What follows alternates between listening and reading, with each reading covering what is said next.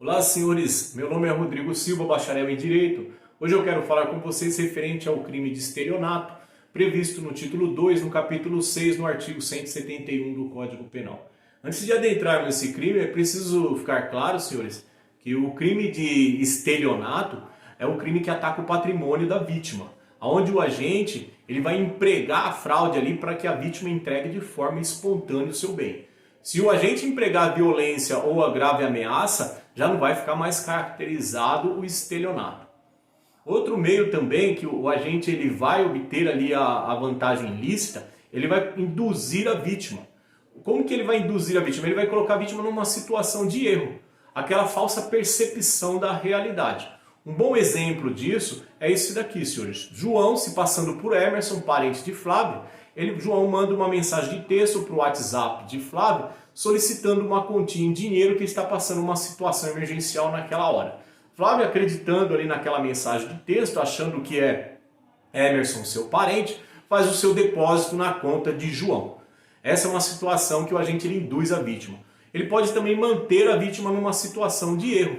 Como? Ele coloca a vítima numa situação de erro que ela já se encontra. A pessoa, ela tem ali, João, ele é o devedor, ele deve um dinheiro para Tiago, que é seu credor, e ele acredita ser Tiago, ele paga para Pedro. Pedro, sabendo que ele não tem direito de receber aquela quantia, ele acaba ali se apossando do dinheiro de João, fica em silêncio.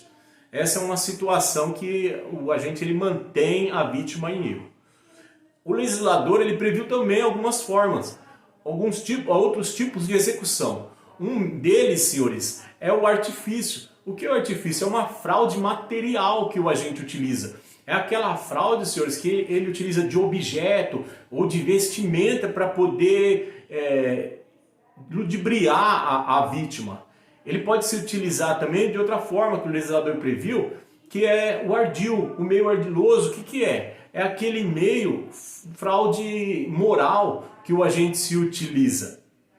Ele é aquela pessoa que ele é bom de conversa, ele ludibria também a vítima, ele ataca o intelecto da vítima para poder obter o bem de forma ilícita. O legislador ele não se limitou só apenas nesse tipo de execução. Ele colocou ainda lá no artigo, no final do artigo, ou qualquer outro meio fraudulento. A doutrina vai nos dizer assim, o professor Kleber Masson, ele traz um exemplo sobre qualquer outro meio fraudulento. Ele diz o seguinte, no exemplo dele, ele diz que aquele comerciante que passa um troco a mais para o seu cliente, e seu cliente ali percebendo, o seu cliente ele fica em silêncio, sabendo que aquele troco não é devido a ele, que o comerciante passou a mais, então ele mantém silêncio e vai ali e se apossa daquele troco. O que precisamos saber também nesse crime é referente ao sujeito passivo e o sujeito ativo do crime. O sujeito ativo do crime pode ser tanto pessoa física como pessoa jurídica, pode ser sujeito aí a praticar o crime de estelionato. O sujeito passivo, aquele que sofre a conduta do crime, é aquela pessoa que é enganada pela fraude, que suporta um prejuízo patrimonial. O momento da consumação desse crime se dá de que forma? Ele acontece quando o agente ele obtém a vantagem de forma ilícita e em prejuízo alheio. Aí vai estar consumado o crime. O agente obteve a vantagem de forma ilícita, causou um prejuízo alheio, consumou-se um crime.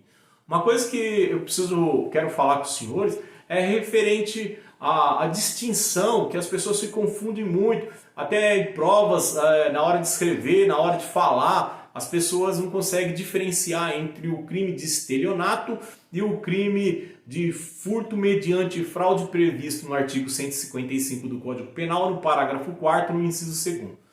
O crime de estelionato, o crime de furto mediante fraude, senhores, ocorre da seguinte forma. O agente ele emprega a fraude para que a vítima mantenha desvigiada o bem. E a vítima desvigiando o bem dela, o agente ele vai lá e subtrai aquele bem. Já o estelionato, o agente ele emprega a fraude para que a vítima entregue o bem de forma espontânea. Outra coisa que precisa ficar esclarecido, senhores, que teve alteração da legislação concernente a esse crime. Esse crime era um crime de ação pública incondicionada, ele não necessitava de representação.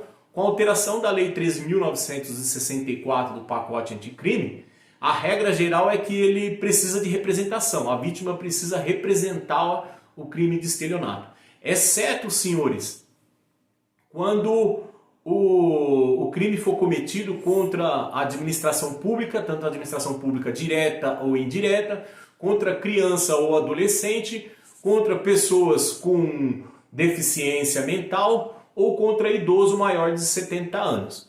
Essa alteração trouxe lá no parágrafo 5º do artigo 171. Se os senhores tiverem curiosidade, dá uma olhada no artigo, dá uma olhada propriamente no parágrafo, para os senhores poderem ficar aí inteirados sobre a alteração que teve na lei. E mais uma vez, senhores, obrigado pelos likes que eu tive, obrigado aí pelos comentários que eu tive no vídeo passado. Eu agradeço os senhores. Não esquece mais uma vez de deixar aí o seu like, seu comentário. E desde já um abraço e até mais.